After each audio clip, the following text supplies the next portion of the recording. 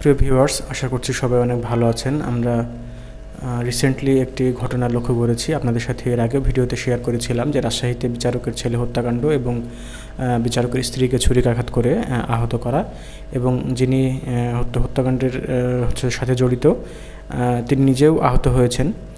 তো প্রিয় ভিউয়ার্স, আসলে এটার পেছনে যে পরকীয়ার ঘটনা ছিল সেটা হচ্ছে যে বিভিন্ন গণমাধ্যমে সংবাদ এসেছে এবং আমরা বিভিন্ন গণমাধ্যমের সংবাদ দেখেছি, কিন্তু এখানে একটি চাঞ্চল্যকর ঘটনা ঘটে গেছে এর মধ্যেই। প্রিয় ভিউয়ার্স, যখন কোনো আসামি থানা হেফাজতে বা পুলিশ হেফাজতে থাকে তখন সাধারণত সেই ব্যক্তির যে স্টেটমেন্ট কোনো সংবাদ মাধ্যমে বা কোনো গণমাধ্যমে আসতে দেওয়া হয় না, বা পুলিশরা এটা আসতে দিতে চায় না। কিন্তু আমরা যেটা লক্ষ্য করলাম যে এই আসামি গ্রেপ্তার হওয়ার পরেও বা পুলিশ তাকে আটক করার পরেও সে যে স্টেটমেন্ট দিয়েছে, এবং বেশ কয়েকটি গণমাধ্যমে এটি প্রচার করা হয়েছে, ভিডিও স্টেটমেন্ট। এবং সেখানে সে দাবি করছে সে তার স্ত্রীর সাথে তার যে সম্পর্ক ছিল, এরকম অনেক বিষয় সে দাবি করেছে, এবং সে উত্তেজিত হয়ে বরং তার সাথে যোগাযোগ রক্ষা করা হয়নি, সে পাগলের মতো হয়ে গেছে বিধায় সে সেগুলো করেছে।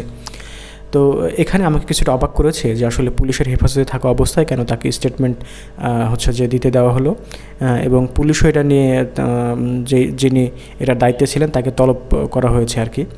তো এখানে আরেকটি বিষয় আজকে দেখলাম যে তাকে 5 দিনের রিমান্ড মঞ্জুর করা হয়েছে আদালতের পক্ষ থেকে, এবং পুলিশ তাকে 5 দিনের রিমান্ডে নিয়েছে আসলে মূলত ঘটনাটা কি সেটা বের করার জন্য।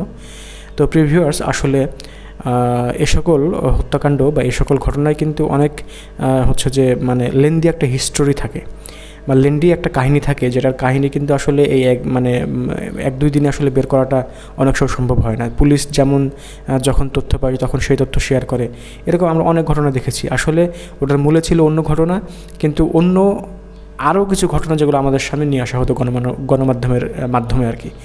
তো আসলে এই যে আলোচিত হত্যাকাণ্ডটি হলো, এটার পেছনে আসলে কী কারণ থাকতে পারে বা আরও কী কারণ আছে সেগুলো হয়তো আস্তে আস্তে আমরা জানতে পারবো। কিন্তু আমারও যেটা ব্যক্তিগতভাবে মনে হয় যে আসলে কোনো আসামিকে গ্রেপ্তার করা অবস্থায় পুলিশের এইভাবে উচিত না কোনো সংবাদ মাধ্যমে কোনো গণমাধ্যমে এইভাবে স্টেটমেন্ট দেওয়া, না হলে ওটা সমাজের কাছে এবং মানুষের কাছে ভুল তথ্য যায়। তিনি যদি উদ্দেশ্যপ্রণোদিত কোনো কথা বলে থাকেন, তার যে সব কথা সত্যি হয় বিষয়টা তো ওইরকম না। তো তিনি যদি কোনো কথা যে মানুষকে ভুল বোঝানোর জন্য বা উদ্দেশ্যপ্রণোদিতভাবে বলে থাকেন যে হত্যাকাণ্ডটি বা এই ঘটনা এই জন্য আমি ঘটিয়েছি, তাহলে তো সেটি আসলে প্রকৃত বিষয় হলো না এবং মানুষ সেখান থেকে মিসগাইডেড হবে।